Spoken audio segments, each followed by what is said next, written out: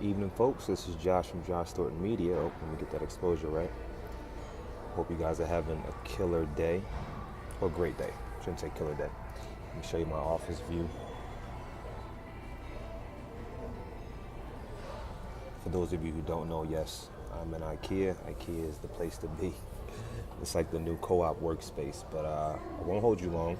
But what I want to talk about is 3 reasons why I love being a creative in 2018. There's a lot of reasons, but I'll just spout out 3 off the top of my head. So these are my 3 favorite, I should say, reasons for being a creative in 2018. All right, so reason number 1. I'll start. I'll do 1 to 3. These are in no particular order, by the way. But the first reason why I love being a creative in 2018 is the fact that you can find inspiration anywhere. Right now, in comparison to how it was back in the day. I always say back in the day too, but I guess I'm referring to. Customer service, account 900. Thank you. This is the real deal, baby, IKEA. But I guess I'm talking pre-internet, as far as what back in the day means. So pre-internet, before the internet, you had to. You could find inspiration, of course. I mean, art is one of the oldest professions, right?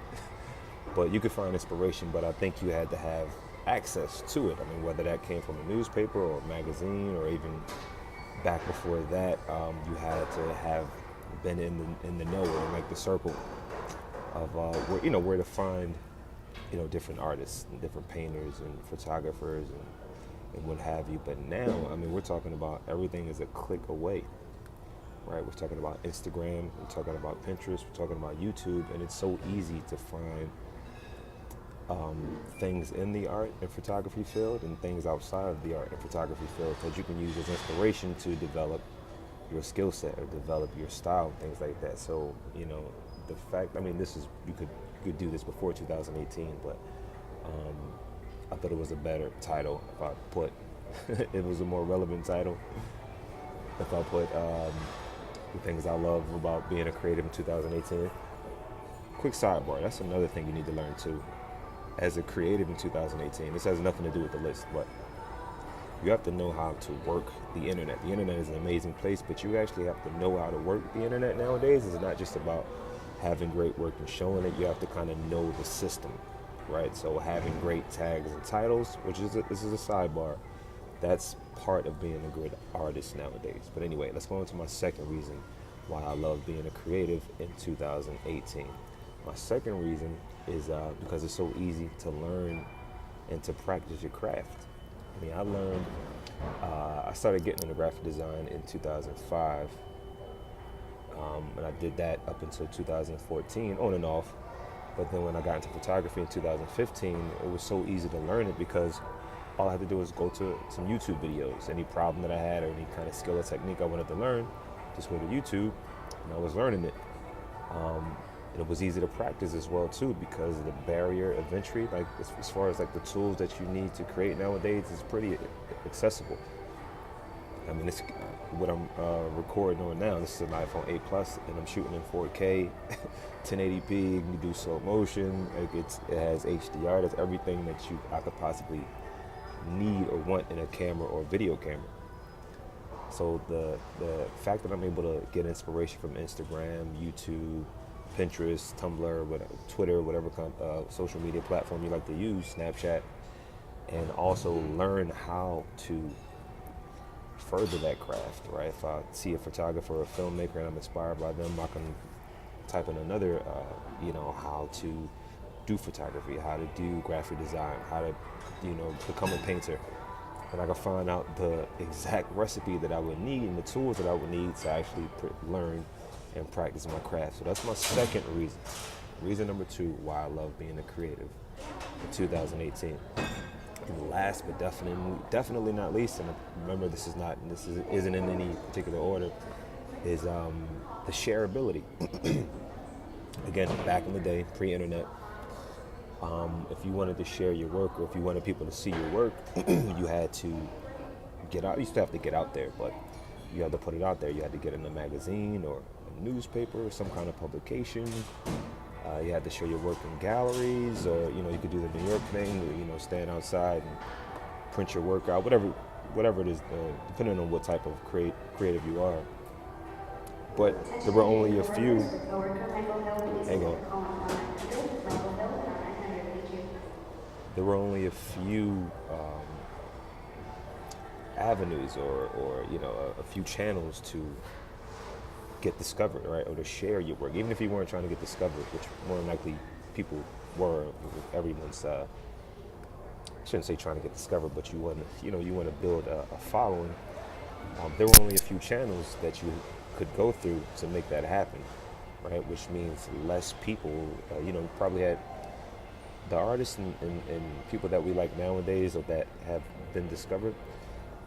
Just imagine how many more artists and creatives that were never discovered because the channels could only take a certain amount, or they only would take a certain amount, right, of magazine entries, or certain painters, or certain singers, and this, that, and the other. Now, with the power of the internet, again, from Instagram, Snapchat, YouTube, Tumblr, you can share your work immediately. I mean, if let's say you've never taken a picture before, you could actually use the iPhone that you're probably watching me on now. Go take a picture, or go to a YouTube video to learn how to take photos and which apps to use to edit the photo. Take the picture, follow the steps in the video, take the picture, open an Instagram account, and a Facebook, and a Snapchat, and a YouTube, and then post it.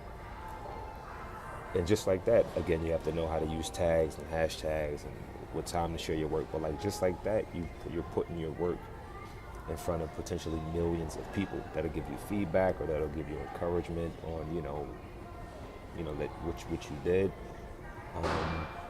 And I just think that's a beautiful thing. Also, and this is like a 3.1.